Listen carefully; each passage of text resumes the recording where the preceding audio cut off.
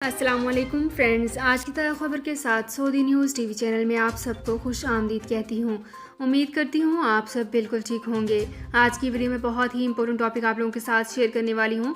कफ़ील ने खरूज नहाई लगा दिया हो तो कफ़ायत तब्दील कैसे कराई जा सकती है, इसकी तमाम तर डिटेल्स इसी वीडियो में शेयर कर रही हूँ। ये तमाम डिटेल्स जानने के लिए इस वीडियो को लाजमी से लास्ट तक ज़रूर देखिए।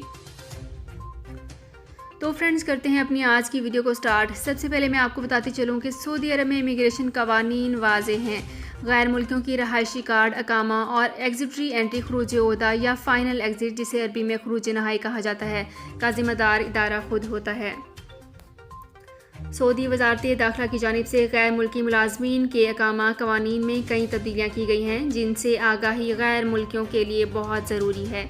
सऊदी महकमे पासपोर्ट से एक शख्स ने इस्तफसार किया कि कफ़ील ने किसी वजह से बगैर खरूज नहाई लगा दिया हो। क्या इस सूरत में जब केस खरूज नहाई की मुद्दत ख़त्म हो चुकी हो कफ़ायत तब्दील कराई जा सकती है या फिर नहीं? जवाज़ात के कानून के मुताबिक खरूज नहाई वीज़े लगाए जाने के बाद कारकुन के पास 60 दिन की मोहलत होती है। इस दौरान या तो सफ़र किया जाए या फिर खरूज नहाई वीज़े को कैंसिल कराया जाए। जबकि फ़ाइनल एग्ज़िट वीज़े की मुद्दत एक्सपायर हो जाने के बाद 1000 रियाल जुर्माना आयद किया जाता है। जुर्माने की अदायगी के बाद ही कारकुन का अकामा सिस्टम में ओपन होगा, बसूरत देकर अकामा कार आमद तस्वुर नहीं होगा। फ़ाइनल एग्ज़िट वीज़े की मुद्दत एक्सपायर होने से कबल इसे इस्तेमाल ना करने या कैंसिल ना कराए जाने पर अकामा भी एक्सपायर हो जाए तो इस सूरत में खरूज नहाई के एक्सपायर होने के जुर्माना, जो कि 1000 रियाल होता है, अदा करना पड़ता है। ख्याल रहे कि इस केस में खरूज नहाई को कैंसिल कराना और अकामा की तजदीद कराने की कार्रवाई कारकुन बजात खुद नहीं कर सकता। लाजमी है कि स्पॉन्सर अपने अबशर या मुकीम अकाउंट के ज़रिए खरूज नहाई, जो कि एक्सपायर हो चुका है, का जुर्माना अदा करे। अगर अकामा भी एक्सपायर हो चुका हो तो इसका भी जुर्माना अदा किया जाएगा और इसकी तजदीद भी कराई जाएगी।